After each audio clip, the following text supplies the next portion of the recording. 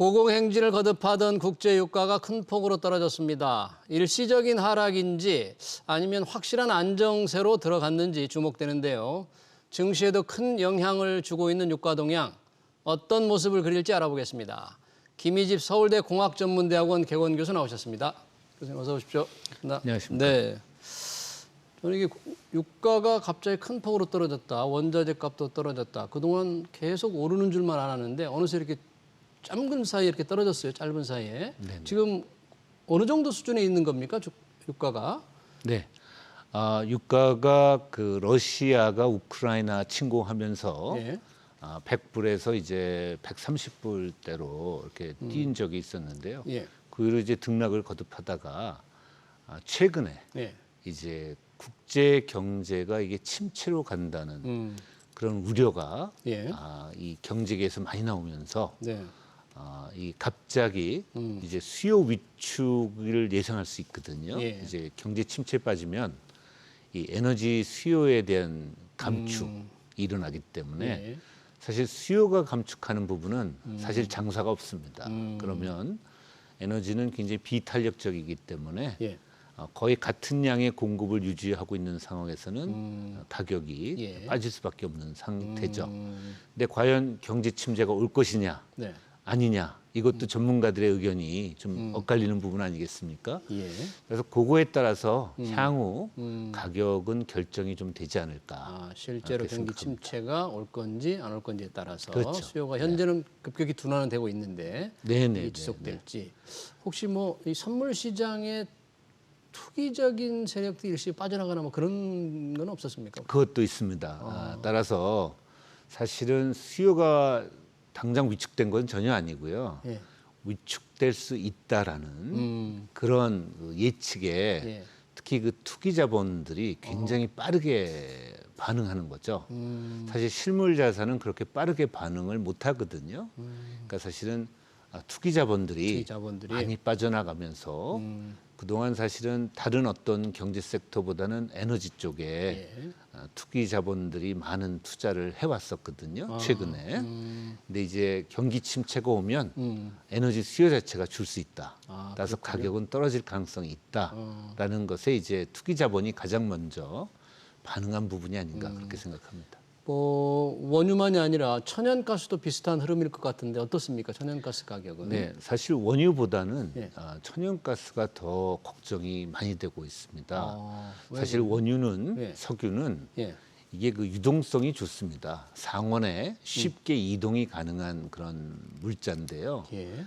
가스는 반대로 장거리 이송이 어렵고 저희가 장거리 이송할 때는 마이너스 162도로 냉축해야 되기 때문에 예. 이 시설을 쉽게 증설하거나 변경시킬 수 없는 그런 그래요? 시장이 있습니다. 예. 예. 그래서 사실 천연가스는 예를 들어서 미국보다 우리나라가 4배, 5배 비싼 그런 상태라고 우리가요? 이해하시면 됩니다. 왜냐하면 미국은 가스가 나오면 그것을 그대로 쓸 수 있는데 예. 우리는 그것을 액화시켜서 액화해서 들여와야 또 되니까. 배로 갖고 와서 먼 길이잖아요. 미국에서까지 그렇죠. 오는데. 그렇죠. 그게 또 마이너스 162도니까 상당히 비싼 시설들이거든요. 예. 그것을 다시 기화해서 천연가스로 쓰니까 우리가 더 원가 면에서도 비싼 면이 있는데요. 따라서 시장은 가스는 석유와 달리 지역마다 좀 다른 가격을 형성하고 있습니다. 그런데 이제 문제가 되는 것은 예. 러시아가 이 그동안 가스를 유럽에 상당히 공급하고 있는데 네.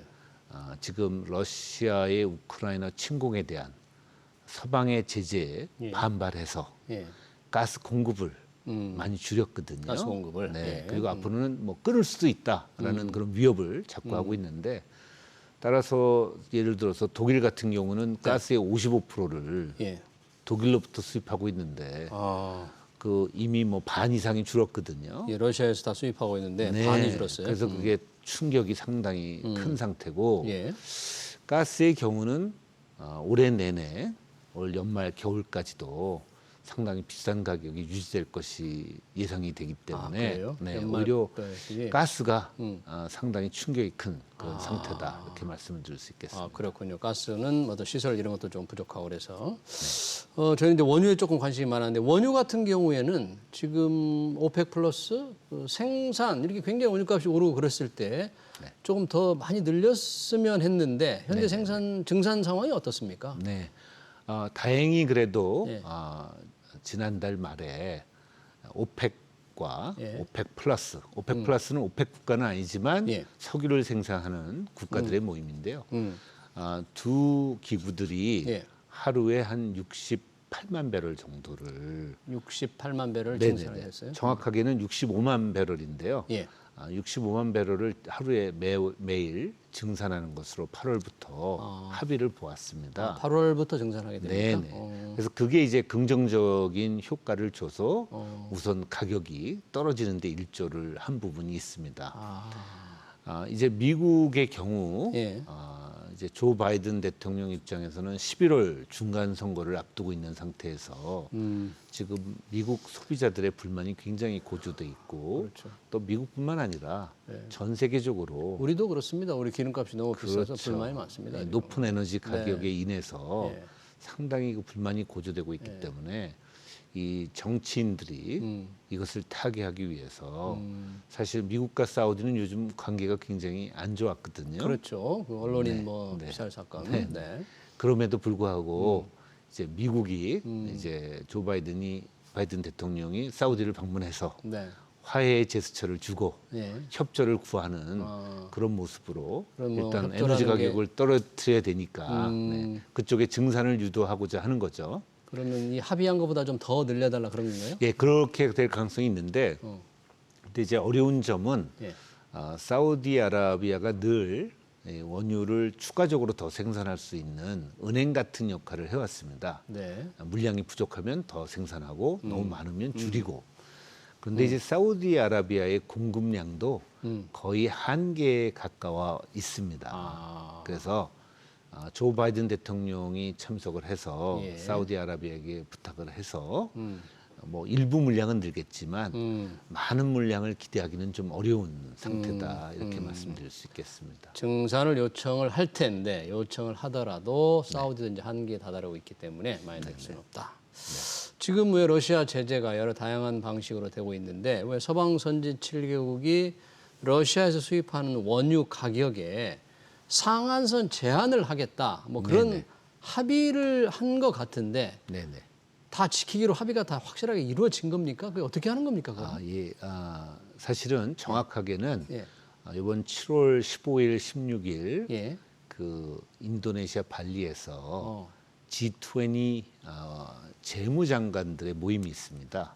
재무장관 네, G20. 거기서 이제 예. 그 내용이 확정이 될 텐데요. 예. 하지만 이 합의는 G7 국가들의 합의입니다. G7. 그러니까 다행히 우리나라는 아직 포함이 안 돼 있고 예.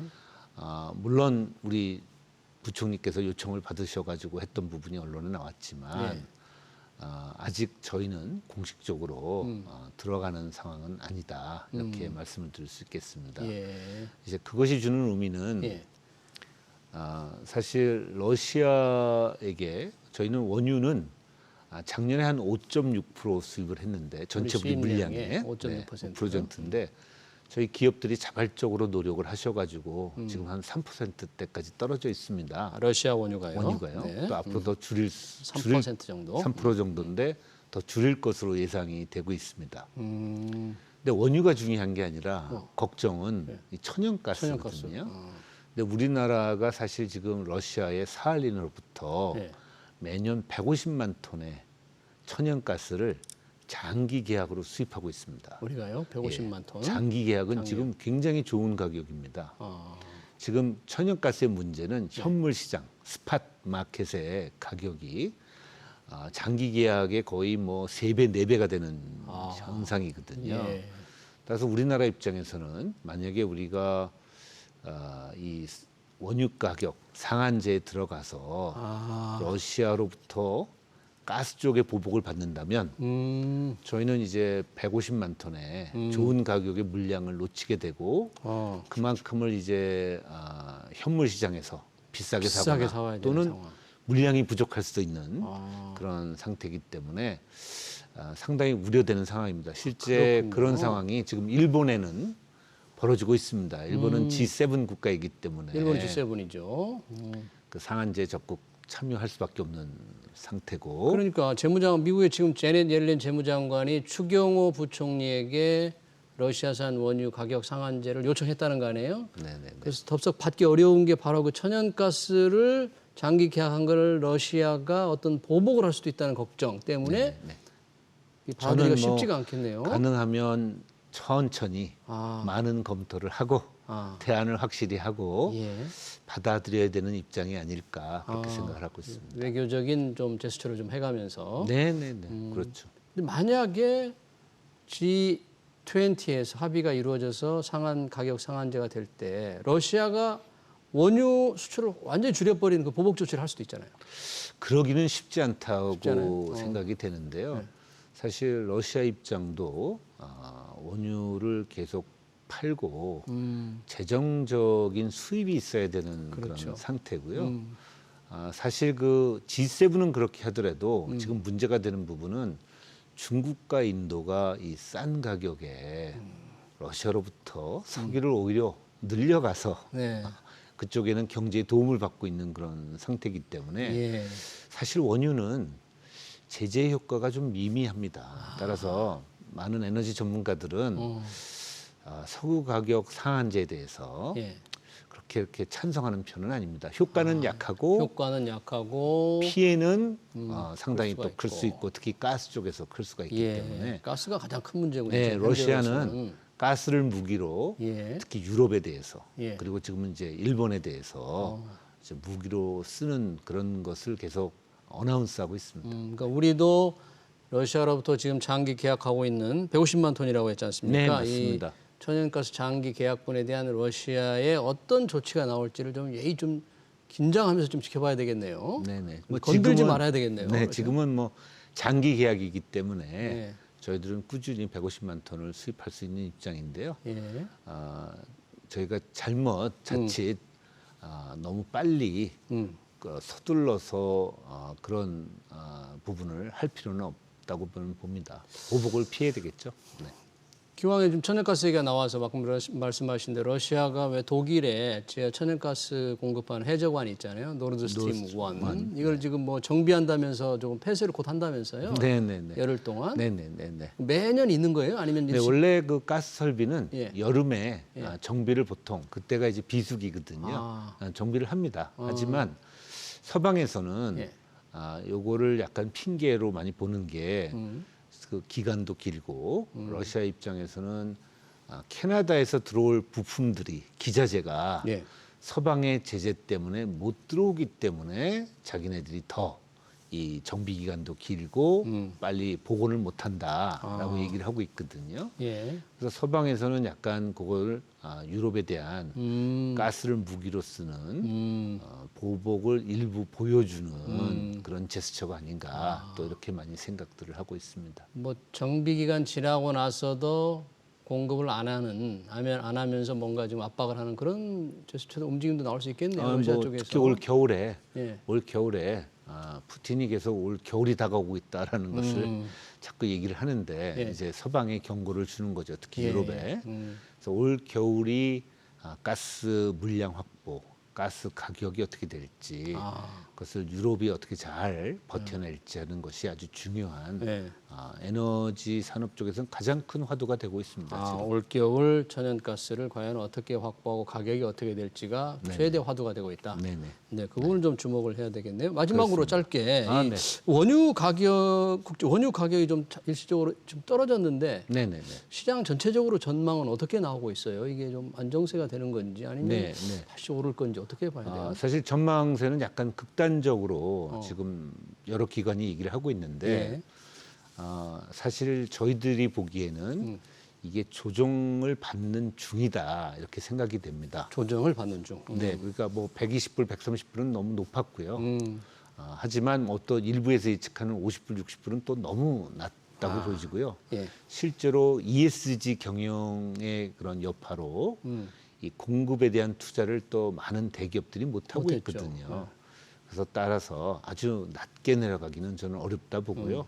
현재 이 100불 수준 요 부분에서 저희들은 좀 등락을 거듭하고 근데 이제 아까 그 러시아 우크라이나 침공이 어떻게 종료될 것이냐 경제 침체가 올 것이냐 이러한 것들이 주요 변수가 돼서 네. 가격이 움직일 것으로 생각합니다. 네, 전문 기관마다 좀 전혀 극단적인 전망이 있는데 대체로 100달러 전후에 좀 일단은 보이지 않을까 뭐 그런 전망이네요. 네, 국제 원유 동향, 천연가스 동향 잘 들었습니다. 지금까지 김희집 서울대 공학전문대학원 개원 교수였습니다. 고맙습니다. 아유, 감사합니다. 고맙습니다.